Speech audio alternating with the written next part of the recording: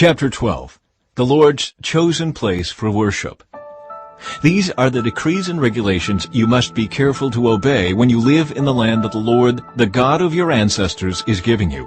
You must obey them as long as you live. When you drive out the nations that live there, you must destroy all the places where they worship their gods, high on the mountains, up on the hills, and under every green tree. Break down their altars and smash their sacred pillars. Burn their Asherah poles and cut down their carved idols. Completely erase the names of their gods. Do not worship the Lord your God in the way these pagan peoples worship their gods. Rather, you must seek the Lord your God at the place of worship He Himself will choose from among all the tribes, the place where His name will be honored. There you will bring your burnt offerings, your sacrifices, your tithes, your sacred offerings, your offerings to fulfill a vow, your voluntary offerings, and your offerings of the firstborn animals of your herds and flocks. There you and your families will feast in the presence of the Lord your God, and you will rejoice in all you have accomplished because the Lord your God has blessed you. Your pattern of worship will change. Today all of you are doing as you please, because you have not yet arrived at the place of rest, the land the Lord your God is giving you as your special possession. But you will soon cross the Jordan River and live in the land the Lord your God is giving you. When He gives you rest from all your enemies and you're living safely in the land, you must bring everything I command you, your burnt offerings, your sacrifices, your tithes, your sacred offerings, and your offerings to fulfill a vow, to the designated place of worship, the place the Lord your God chooses for His name to be honored. You must celebrate there in the presence of the Lord your God with your sons and daughters and all your servants. And remember to include the Levites who live in your towns, for they will receive no allotment of land among you. Be careful not to sacrifice your burnt offerings just anywhere you like. You may do so only at the place the Lord will choose within one of your tribal territories. There you must offer your burnt offerings and do everything I command you. But you may butcher your animals and eat their meat in any town whenever you want. You may freely eat the animals with which the Lord your God blesses you. All of you, whether ceremonially clean or unclean, may eat that meat, just as you now eat gazelle and deer. But you must not eat the blood. You must pour it out on the ground like water. But you may not eat your offerings in your hometown. Neither the tithe of your grain and new wine and olive oil, nor the firstborn of your flocks and herds, nor any offering to fulfill a vow, nor your voluntary offerings, nor your sacred offerings. You must eat these in the presence of the Lord your God at the place He will choose. Eat them there with your children, your servants, and the Levites who live in your towns, celebrating in the presence of the Lord your God in all you do. And be very careful never to neglect the Levites as long as you live in your land.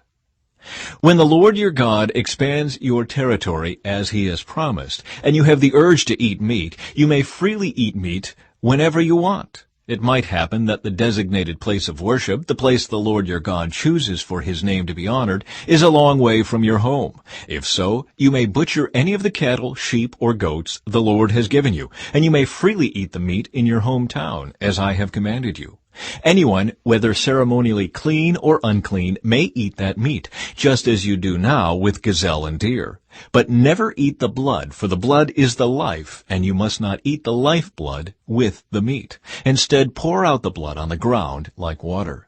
Do not eat the blood, so that all may go well with you and your children after you, because you will be doing what pleases the Lord. Take your sacred gifts and your offerings given to fulfill a vow to the place the Lord chooses. You must offer the meat and blood of your burnt offerings on the altar of the Lord your God. The blood of your other sacrifices must be poured out on the altar of the Lord your God, but you may eat the meat. Be careful to obey all my commands, so that all will go well with you and your children after you, because you will be doing what is good and pleasing to the Lord your God. When the Lord your God goes ahead of you and destroys the nations, and you drive them out and live in their land, do not fall into the trap of following their customs and worshiping their gods. Do not inquire about their gods, saying, "How do these nations worship their gods? I want to follow their example." You must not worship the Lord your God the way the other nations worship their gods, for they perform for their gods every detestable act that the Lord hates. They even burn their sons and daughters as sacrifices to their gods. So be careful to obey all the commands I give you. You must not add anything to them or subtract anything from them.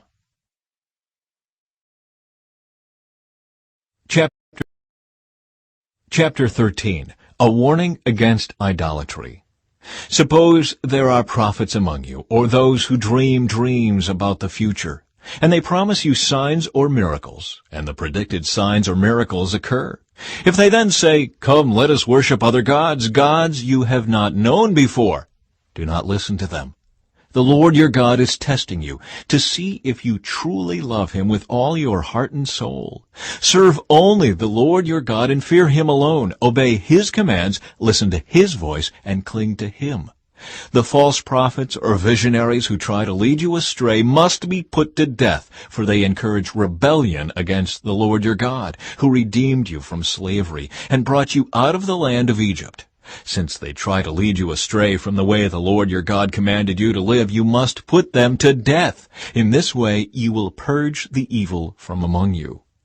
Suppose someone secretly entices you, even your brother, your son or daughter, your beloved wife, or your closest friend, and says, "Let us go worship other gods, gods that neither you nor your ancestors have known." They might suggest that you worship the gods of peoples who live nearby, or who come from the ends of the earth. But do not give in or listen. Have no pity, and do not spare or protect them. You must put them to death. Strike the first blow yourself, and then all the people must join in. Stone the guilty ones to death, because they have tried to draw you away from the Lord your God, who rescued you from the land of Egypt, the place of slavery. Then all Israel will hear about it and be afraid, and no one will act so wickedly again. When you begin living in the towns the Lord your God is giving you, you may hear that scoundrels among you are leading their fellow citizens astray by saying, "Let us go worship other gods, gods you have not known before." In such cases, you must examine the facts carefully. If you find that the report is true and such a detestable act has been committed among you, you must attack that town and completely destroy all its inhabitants as well as all the livestock. Then you must pile all the plunder in the middle of the open square and burn it. Burn the entire town as a burnt offering to the Lord your God. That town must remain a ruin forever. It may never be rebuilt. Keep none of the plunder that has been set apart for destruction. Then the Lord will turn from his fierce anger and be merciful to you. He will have compassion on you and make you a large nation, just as he swore to your ancestors. The Lord your God will be merciful only if you listen to his voice and keep all his commands that I am giving you today, doing what pleases him.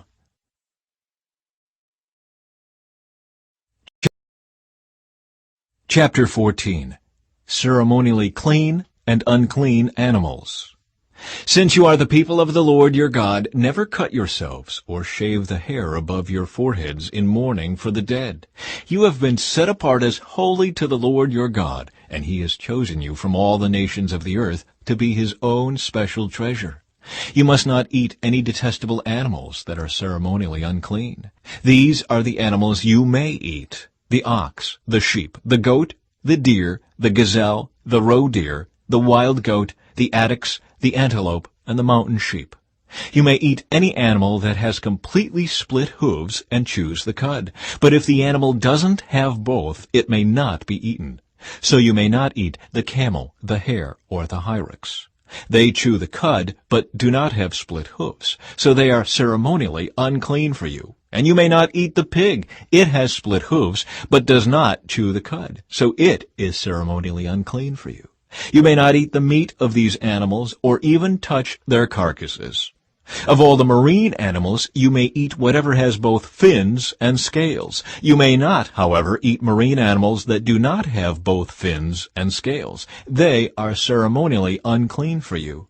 You may eat any bird that is ceremonially clean. These are the birds you may not eat: the griffin vulture, the bearded vulture, the black vulture, the kite, the falcon, buzzards of all kinds, ravens of all kinds, the eagle owl, the short-eared owl, the seagull. hawks of all kinds, the little owl, the great owl, the barn owl, the desert owl, the Egyptian vulture, the cormorant, the stork, herons of all kinds, the hoopoe, and the bat. All winged insects that walk along the ground are ceremonially unclean for you and may not be eaten. But you may eat any winged bird or insect that is ceremonially clean. You must not eat anything that has died a natural death. You may give it to a foreigner living in your town, or you may sell it to a stranger, but do not eat it yourselves, for you are set apart as holy to the Lord your God. You must not cook a young goat in its mother's milk. The giving of tithes. You must set aside a tithe of your crops, 1/10 of all the crops you harvest each year. Bring this tithe to the designated place of worship, the place the Lord your God chooses for his name to be honored, and eat it there in his presence. This applies to your tithes of grain, new wine, olive oil, and the firstborn males of your flocks and herds. Doing this will teach you always to fear the Lord your God. Now, when the Lord your God blesses you with a good harvest, the place of worship he chooses for his name to be honored might be too far for you to bring the tithe. If so, you may sell the tithe portion of your crops and herds, put the money in a pouch, and go to the place the Lord your God has chosen. When you arrive, you may use the money to buy any kind of food you want, cattle, sheep, goats, wine, or other alcoholic drink. Then feast there in the presence of the Lord your God and celebrate with your household. And do not neglect the Levites in your town, for they will receive no allotment of land among you. At the end of every 3rd year, bring the entire tithe of that year's harvest and store it in the nearest town. Give it to the Levites, who will receive no allotment of land among you, as well as to the foreigners living among you, the orphans, and the widows in your towns, so they can eat and be satisfied. Then the Lord your God will bless you in all your work.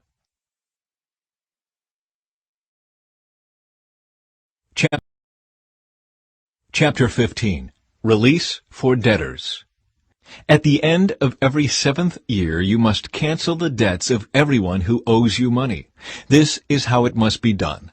Everyone must cancel the loans they have made to their fellow Israelites. They must not demand payment from their neighbors or relatives, for the Lord's time of release has arrived. This release from debt, however, applies only to your fellow Israelites, not to the foreigners living among you. There should be no poor among you, for the Lord your God will greatly bless you in the land he is giving you as a special possession. You will receive this blessing if you are careful to obey all the commands of the Lord your God that I am giving you today. The Lord your God will bless you as he has promised. You will lend money to many nations, but will never need to borrow. You will rule many nations, but they will not rule over you. But if there are any poor Israelites in your towns, when you arrive in the land the Lord your God is giving you, do not be hard-hearted or tight-fisted toward them. Instead, be generous and lend them whatever they need. Do not be mean-spirited and refuse someone a loan because the year for canceling debts is close at hand. If you refuse to make the loan and the needy person cries out to the Lord, you will be considered guilty of sin. Give generously to the poor, not grudgingly, for the Lord your God will bless you in everything you do. There will always be some in the land who are poor. That is why I am commanding you to share freely with the poor and with other Israelites in need. Release for Hebrew slaves. If a fellow Hebrew sells himself or herself to be your servant and serves you for 6 years, in the 7th year you must set that servant free. When you release a male servant, do not send him away empty-handed. Give him a generous farewell gift from your flock, your threshing floor, and your winepress. Share with him some of the bounty with which the Lord your God has blessed you. Remember that you were once slaves in the land of Egypt, and the Lord your God redeemed you. That is why I am giving you this command. But suppose your servant says, I will not leave you, because he loves you and your family, and he has done well with you. In that case, take an awl and push it through his earlobe into the door. After that, he will be your servant for life, and do the same for your female servants. You must not consider it a hardship when you release your servants. Remember that for 6 years they have given you services worth double the wages of hired workers, and the Lord your God will bless you in all you do. sacrificing firstborn male animals. You must set aside for the Lord your God all the firstborn males from your flocks and herds. Do not use the firstborn of your herds to work your fields, and do not shear the firstborn of your flocks. Instead, you and your family must eat these animals in the presence of the Lord your God each year at the place he chooses. But if this firstborn animal has any defect, such as lameness or blindness, or if anything else is wrong with it, you must not sacrifice it to the Lord your God. Instead, use it for food for your family in your hometown. Anyone, whether ceremonially clean or unclean, may eat it, just as anyone may eat a gazelle or deer. But you must not eat the blood. You must pour it out on the ground like water.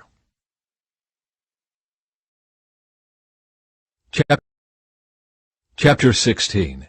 Passover and the Festival of Unleavened Bread. In honor of the Lord your God, celebrate the Passover each year in the early spring, in the month of Abib, for that was the month in which the Lord your God brought you out of Egypt by night. Your Passover sacrifice may be from either the flock or the herd, and it must be sacrificed to the Lord your God at the designated place of worship, the place he chooses for his name to be honored. Eat it with bread made without yeast. For 7 days the bread you eat must be made without yeast, as when you escaped from Egypt in such a hurry. Eat this bread, the bread of suffering, so that as long as you live you will remember the day you departed from Egypt.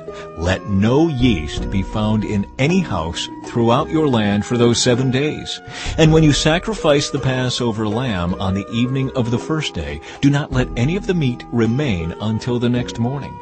You may not sacrifice the Passover in just any of the towns that the Lord your God is giving you. You must offer it only at the designated place of worship, the place the Lord your God chooses for his name to be honored. Sacrifice it there in the evening as the sun goes down on the anniversary of your exodus from Egypt. Roast the lamb and eat it in the place the Lord your God chooses. Then you may go back to your tents the next morning. For the next 6 days you may not eat any bread made with yeast. On the 7th day proclaim another holy day in honor of the Lord your God, and no work may be done on that day.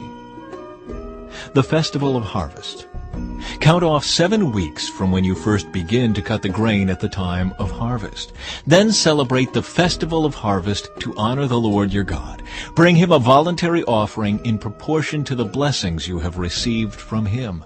This is a time to celebrate before the Lord your God at the designated place of worship he will choose for his name to be honored. Celebrate with your sons and daughters, your male and female servants, the Levites from your towns, and the foreigners, orphans, and widows who live among you. Remember that you were once slaves in Egypt, so be careful to obey all these decrees. The Festival of Shelters. You must observe the Festival of Shelters for 7 days at the end of the harvest season, after the grain has been threshed and the grapes have been pressed. This festival will be a happy time of celebrating with your sons and daughters, your male and female servants, and the Levites, foreigners, orphans, and widows from your towns. For 7 days you must celebrate this festival to honor the Lord your God at the place he chooses. For it is he who blesses you with bountiful harvests and gives you success in all your work. This festival will be a time of great joy for all. Each year every man in Israel must celebrate these 3 festivals: the Festival of Unleavened Bread, the Festival of Harvest, and the Festival of Shelters. On each of these occasions all men must appear before the Lord your God at the place he chooses, but they must not appear before the Lord without a gift for him. All must give as they are able, according to the blessings given to them by the Lord your God. Justice for the people. Appoint judges and officials for yourselves from each of your tribes in all the towns the Lord your God is giving you. They must judge the people fairly. You must never twist justice or show partiality. Never accept a bribe, for bribes blind the eyes of the wise and corrupt the decisions of the godly. Let true justice prevail, so you may live and occupy the land that the Lord your God is giving you.